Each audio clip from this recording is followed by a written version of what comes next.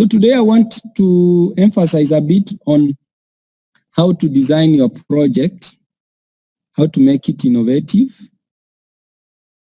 So I was saying that the main thing, as per from last week, the main thing in the project is basically to ensure that is innovative. And to be innovative, it means then it must be original. So we talked a bit about innovative. What do we mean by being innovative? So being innovative will entail either of the three forms, as I was saying. Either you have a new problem. So an example of a new problem that I was giving last week is we have COVID-19, which is a new problem, which is the main, is an issue that is making us actually cover this from home. And then what are the problems that we have? I was telling the other group that one of the possibilities that you could do is, I want to protect myself, right? So I can use the masks, which is what is being, so the mask will protect me and it will protect other people. But I can also use a mobile app that probably measures my temperature. And then if it measures the temperature of all the people around, then it can be able to tell me, like for instance, if I can be able to measure the people around me, then it can tell me on this space, don't move towards that direction because this particular person sounds like the temperature is high, therefore is likely to infect you. Or myself also, I can broadcast it. It will broadcast to other people. If I am having a higher temperature, then it will broadcast to other people around me and tell me that there's a likelihood of this particular person, myself having that COVID-19, therefore you need to move a bit far away from. So in that case, then people can actually isolate using technology. So that is a new problem, but measuring the temperature is not a new issue, a new technique. It has always been existing. All our smartphones have, the smartwatches normally have that. So they can measure the temperature, the heart rate, and all those kind of vitals. So that is an existing technique, but then we are applying it in a new method. So that in a new problem, that may then ensures that is basically innovative. We could develop a new technique, like for instance, I can develop a fuzzy neural network or artificial neural network that basically maybe applies differently in generating of the learning approach. And then I can apply it to an existing problem, like for instance, to detect the malaria. Or it can also be that I have developed an app that basically is able to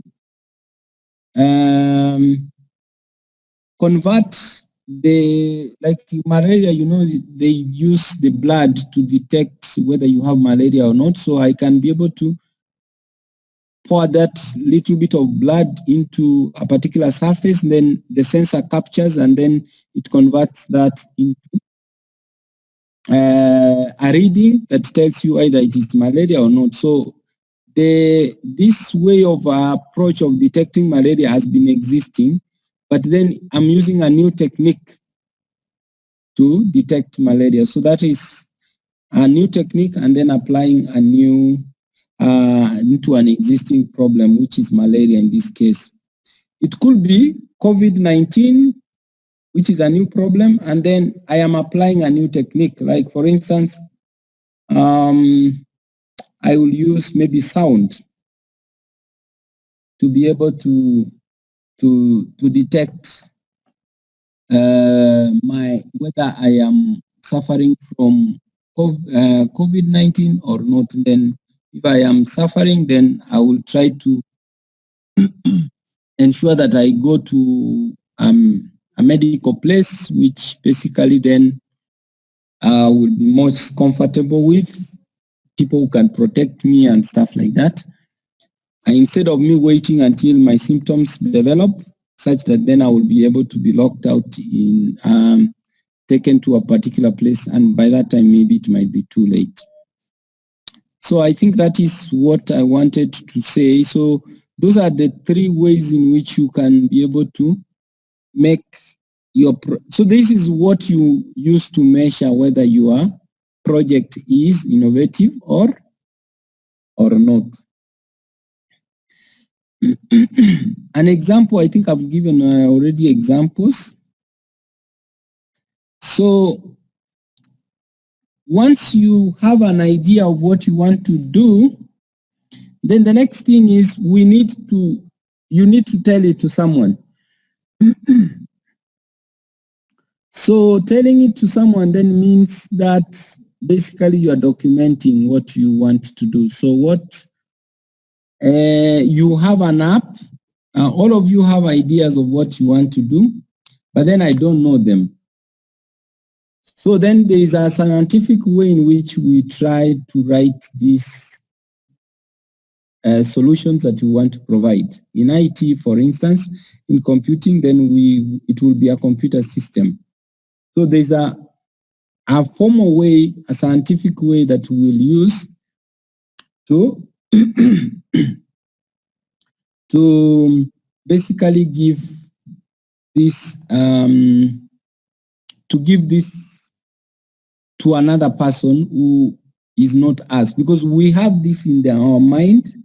Now we have to translate it into a program, but then this program has to be clear to another person so that then he can be able to validate whether what you're doing is innovative or not, but also so that then you can be able to provide the solution. Okay. So, and this is what we are calling, yes, someone is saying something. So this is what we are calling, documentation, or writing the academic project. So I will just go through what I want to achieve. So there is many things that you'll be given. So you will be given the format, which is not a big thing. So you'll be given the format on how you write, the style, and then the structure. The structure is what I will dwell most on. But remember that we are not talking about the document and then the project. We are saying you want to develop something. This is a system I want to develop. And then I want to say what it is going to do to someone else. So this is what we are calling the documentation. Okay. So you'll be told the length, the font, the layout, the diagrams, the references, the sections, how to write it, and so on. So this one I will give it in form of the guidelines on how to write, but that is not what is important. What I want to talk about is, in terms of the structure, you will have the title, the abstract, the introduction chapter, and then the structured body, which will have then the chapter 2, 3, 4, and 5, 6 if possible, and then you have the references, and then you'll have the appendix and so on. So today I want just to cover only on the title, but then for me to cover the title, then we need to talk about the abstract, because you extract the title from the abstract. So in the title page, you will have just the project title, what you have, your name, and then you will put into brackets your student number, And then you will have the proposed supervisor, the affiliation. Here is a way in which we write impartial fulfillment of blah, blah, blah. And then the date. So here you will have to put always the auto date, so that then the date that you have printed, that automatically is the one that shows. And then, so in terms of the title, then it has to be short, describes the study. Basically, you need to, the title will consist of two things, the problem and then the solution.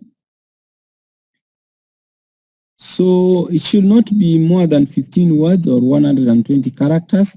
If you find yours being more than that, then it means that you have not either gotten clearly what is the problem or what is the solution that you are trying to provide.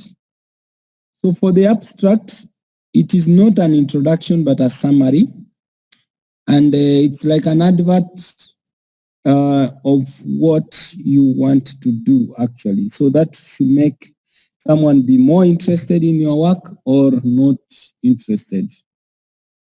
So if your abstract is not saying something interesting, then I will not want to read it. So in the end, people will like all your documents will be put on the library, and then it's only the abstract and the title that will be put there, because then we want to safeguard also the issue of not all universities are putting their works on Turnitin. So we don't want someone to come and pick, and then there's some universities that just use only the hard copy. So if they go and use the hard copy, then they can actually, someone can come actually and print your work and only go that. So that's why we are protecting that. Then it's usually in italics, not exceeding 200 words. So again, this one, to be able to determine whether what you're doing is right, then you can be able to limit that. So this is what you are going to have: the problem to be investigated, the current state, and the limitations of the current state. So the current state is how things are being done now. So like, for instance, right now, how are we be able to do contact tracing? We are doing that by using the police, right? So they will come and beat you up and put you into the police vehicle, and then you are taken to Mbagadi, okay? How are they detecting whether you are in contact with a person who has been detected to be COVID-19 positive? They're basically using whoever who is related with you. So they are guessing like you got in touch with this particular person because by mere fact that you live in the same house and so on. So this could be a problem. So because then maybe they are relying on the person to give them the names. Actually, the person with the current state the way it is, then maybe the person might fear to give the names of the people who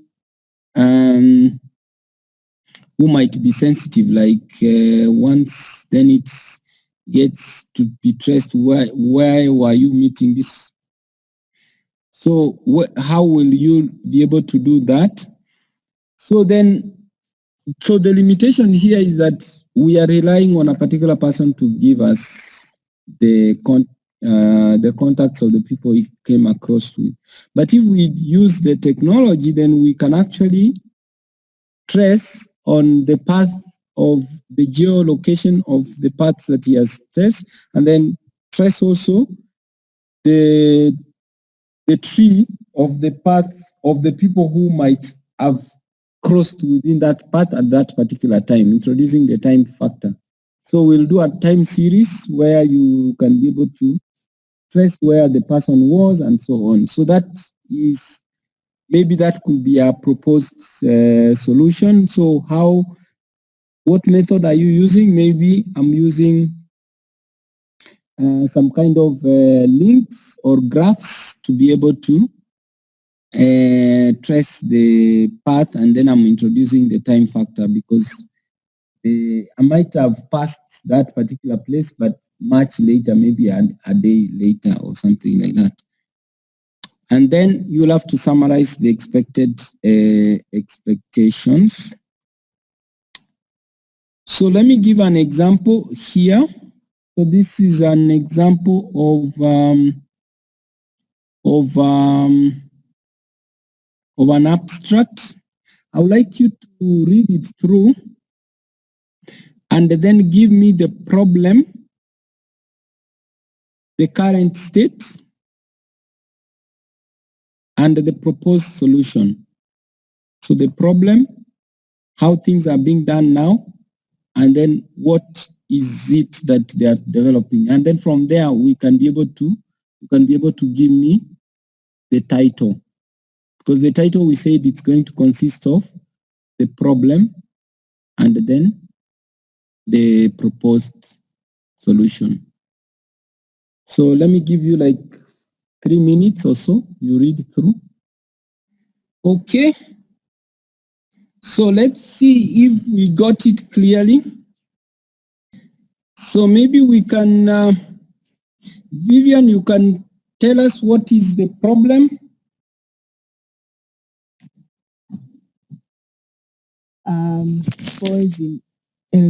Falls among elderly people. Falls among the elderly people. What do you think is the current way that basically it's the detecting of if an elderly has fallen or not, isn't it? Yes. So what is the current methods that they are using?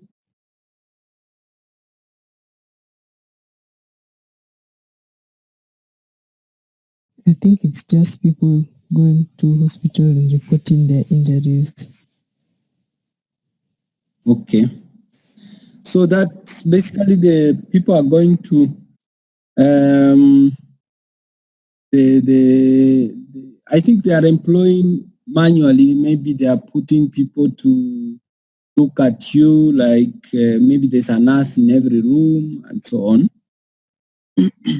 Walter, you can tell us what is the solution that is being proposed?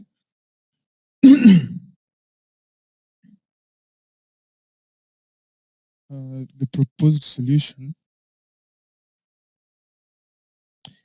The proposed solution is a detection system that will be smartphone based, so that when an elderly falls, the caregivers can be alerted. So you will sense that basically someone has fallen, and then you can be able to give.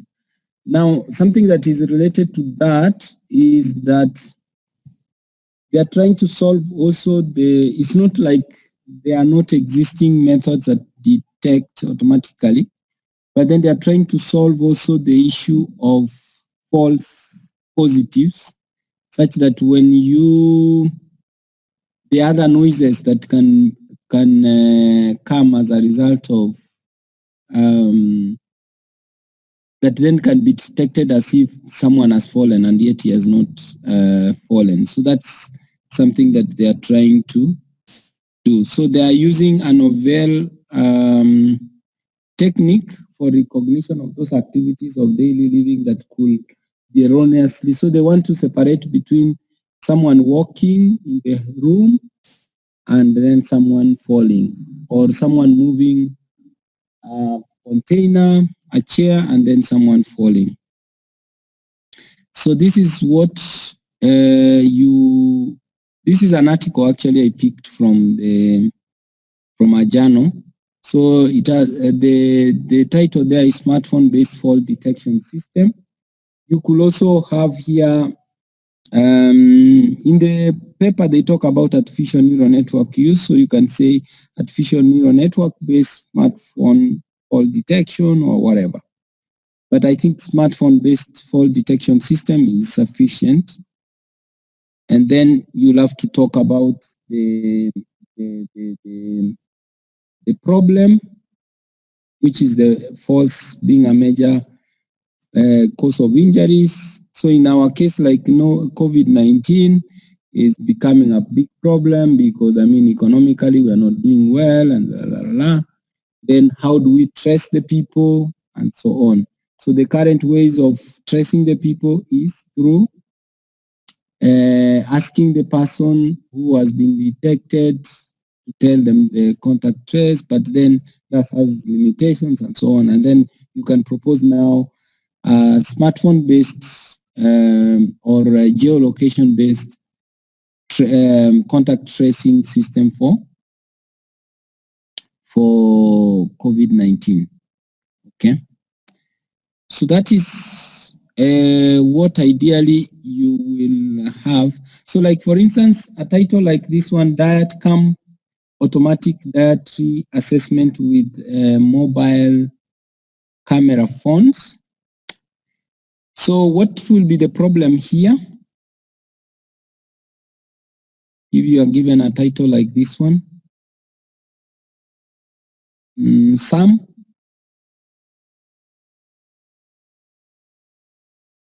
Sam? Yes.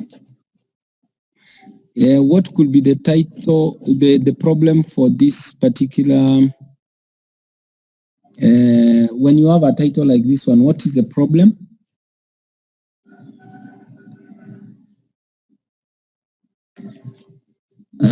Maybe the problem could be people are having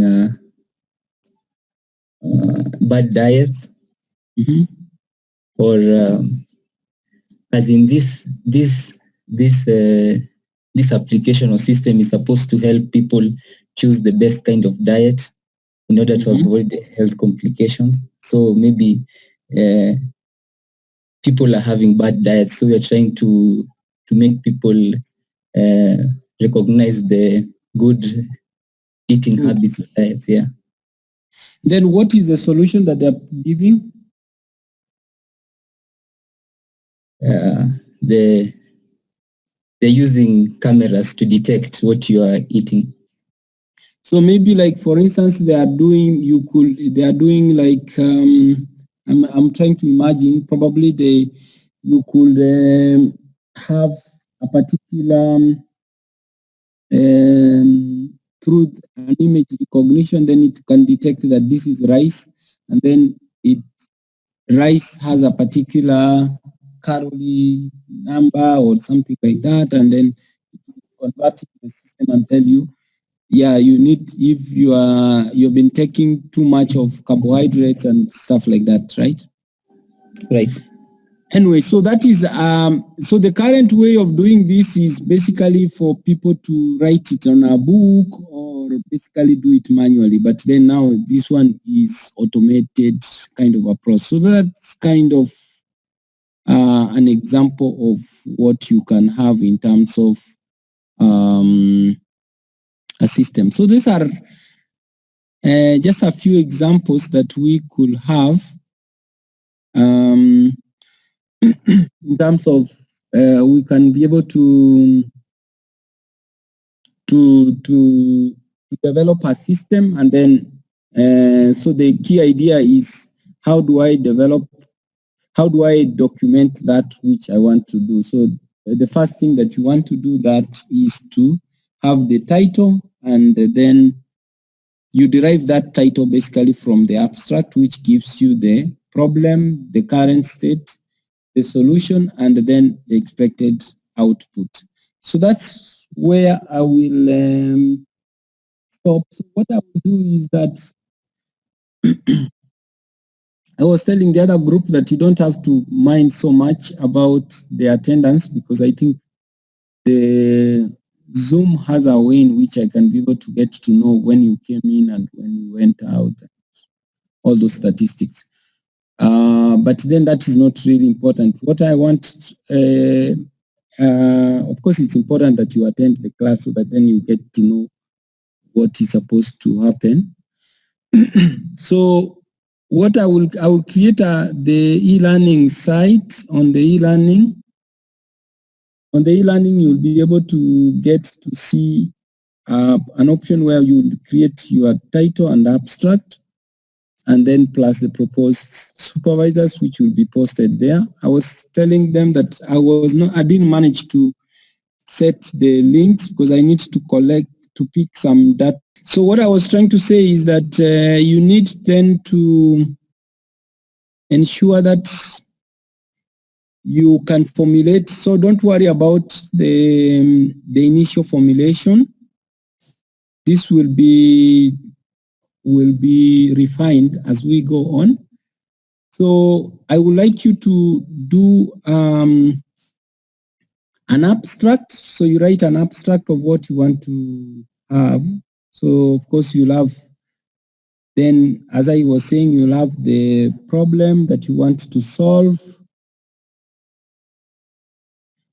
And then you will need to have, other than the problem, then you will need to have the current state, what the others have done, and the limitations with the current state.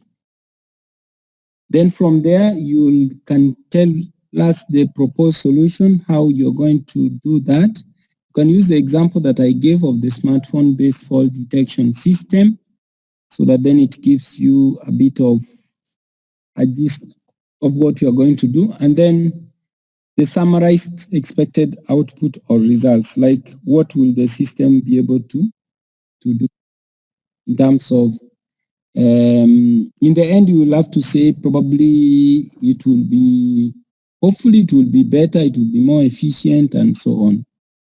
So that's what, now from there, if you are able to write this, then you can actually derive the problem and the solution, and that will form your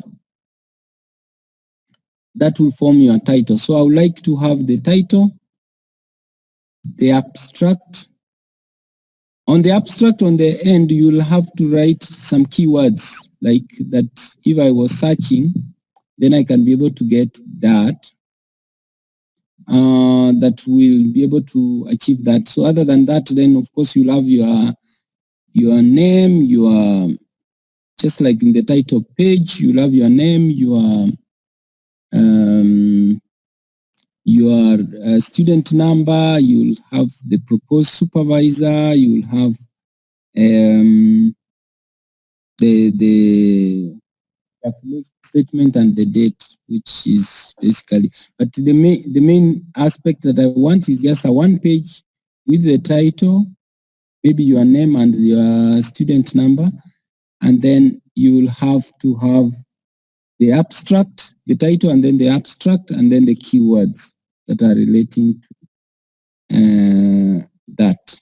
So remember, the title should not be more than 15 words or 120 characters. And then for the abstract, it should not be more than 200 words.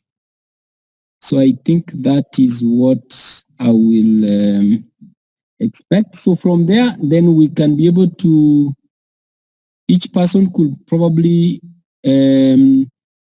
do a simple presentation of basically the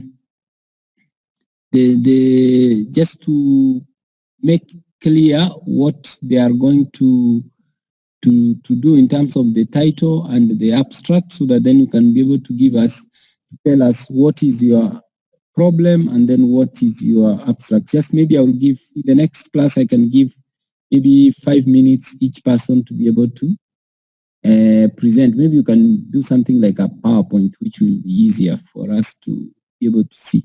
So 5 minutes, just present what you are doing and so on. So this will help us to ensure that we harmonize. So maybe if there's some duplication, you can learn from your colleagues what they are doing and so on.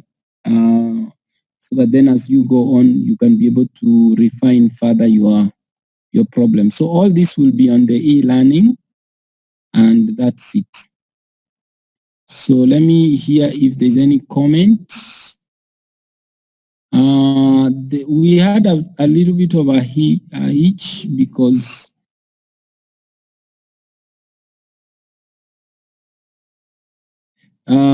because I think in the first group we had a power surge that destroyed a bit and took a bit of time for us to recover, but I think that's more or less the brief that I wanted to give today. Rosanna, Rosine, I don't know what you mean by what stuff. It wasn't a mistake. I didn't mean to send it. Okay, fine. Any comment from the group so far? Shadrach, you like to say something?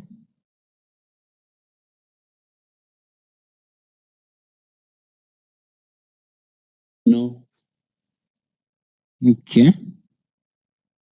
Anyone who wants to a comment, question, or anything before I close? Yes, Maureen? Maureen, go ahead.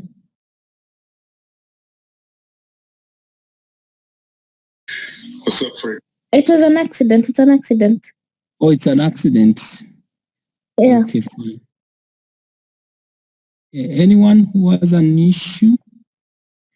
Basically, any comments that you have for the class, how can we improve or what can we do better? John, you could suggest something? John Gugi. No, I think everything is okay. Okay. Vanessa?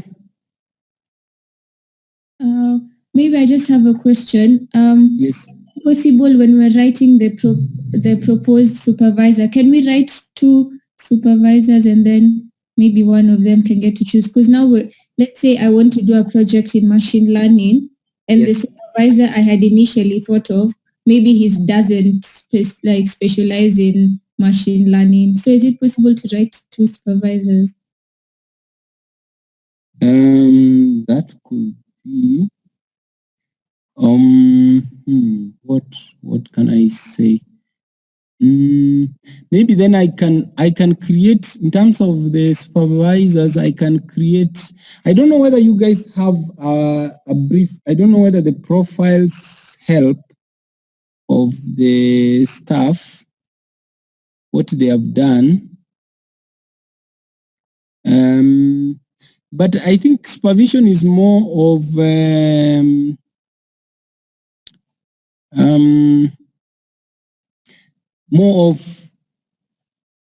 more of actually the guidance side and ensuring that at least there's someone else to critique you. It's unlikely that there is any supervisor who is not going to be experienced enough in the what you are going to do, because I guess the basic minimum that all these people who are supervising is that they must have done undergrad, masters, and some of them maybe they are doing their PhD. But ideally, the more of, I think the biggest issue is if you are not able to work together. Like for instance, you are not able to, maybe your personalities are not rhyming well, or the person is a bit harsh, or yeah. But ordinarily, any person that you are allocated should be okay. But then you see, that's why we like to give you, like you give me the first preference that you have. But then after that, if the person is overloaded, and then we can reassign depending on your topic. Like they can be able to choose also the topics that they want to concentrate on, so that then they are not too much tied to what the students want, but to what themselves also they are comfortable in supervising. So the idea of having at least you giving an idea of the person you want is, for instance, for you to have a preference on who you want to be supervised. But then there's a second part where the supervisor will also choose. So among the 10 people who have said they want to be supervised by person X, then the person X will choose the people that he wants to supervise. It might be from the 10, most likely, the preference, but then he can also look at other topics that he is more interested in or something like that. So it's a two-way. So the first instance is that we would like to assign you if there's a match between the person that you have chosen and the person wants to and the person is free, then we will allocate you that. But otherwise, then the person will also, the supervisor will also choose among the people who have chosen him or her who they want to choose. Yeah, I think so. So you can write, but I think what I'm trying to say is that don't focus too much on the supervisor, because at the end of the day, you will, the main thing is for what you want to do. And since you will be presenting here all the time and stuff like that, so you'll be able to be guided correctly on anything. But if you have, after you are assigned a particular supervisor, if you have a strong feeling that this, because of maybe personality or whatever, or some issues or stuff like that, you don't want to work with that particular person, then you can cite chat or inbox me on that kind of issue, and then I can be able to change. That's good enough. Yes, that's good. Then anyone else who has some comments? Good. So on the side, I'm going to create something, and not for specifically, not for ICS alone. So we are going to, we want to create something like a possibility of some of you converting these particular projects to basically handle the current issue. It could be the project that you're going to do on the final year project, or it could be just actually a short-term thing that you can be able to do in the short term, but things that are related with COVID-19. So the projects that are related with COVID-19. So then you can work in specific groups, probably, or maybe you can partner and so on, so that then we can provide some quick kind of, not necessarily maybe to be implemented. I don't know whether they will be implemented. We will try to push it to the relevant authorities to be implemented if it needs to be implemented through the government or through the hospitals or something like that. So it's something that you could think about, and then you can think on who you can work with among your whatever. So it doesn't have to be necessarily someone from ICS. It could be someone from BBIT, it could be someone from BTC, it could be someone from SIMS, SBS, or whatever. So that then, but then it has to be, from what I have just highlighted, something to do with an innovation that is closely linked with the COVID-19. So this could be maybe like a bigger project where now you can pick a subsection of it and it becomes your final year project or something like that. So I'm going to share that kind of information. So that is something that is going to run parallel. So that then we can hear what basically you have in mind. Maybe you can have some kind of ideas that we can be able to do that. Amani, you have raised your hand, I think.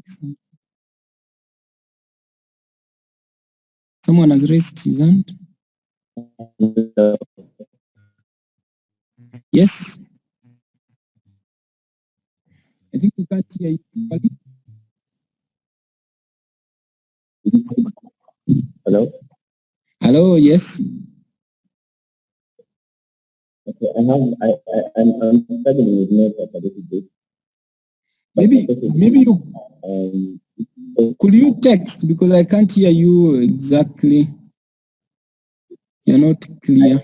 I have been recently. Oh, okay. Is it in order to use software simulations for the project? Yes, but I think this is something that we will discuss as we go on. Initially, you'll have to try to get, like, for instance, if you are developing, I hope all of you are developing, at least you have a mobile app. Maybe if it's possible, you can have also IoT, and then you'll have some machine learning stuff, just to make the project look more interesting and exciting. Also to make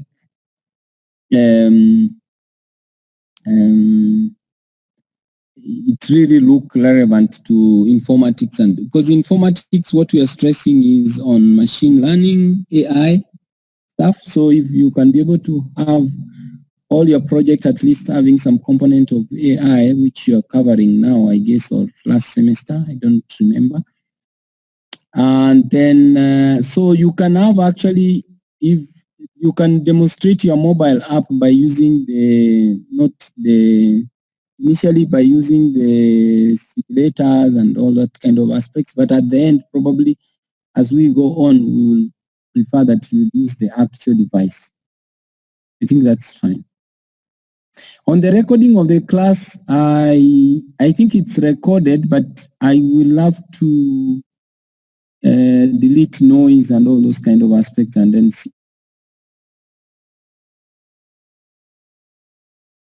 I have a question on IoT projects.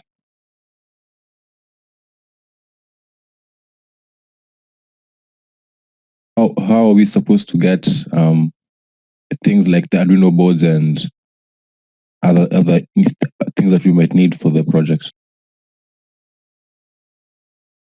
We already have it in the university, but I think the complications now is for us to be able to give you. So that one we can arrange with, we can arrange so that then it's on a specific time, but maybe not now at this particular point, maybe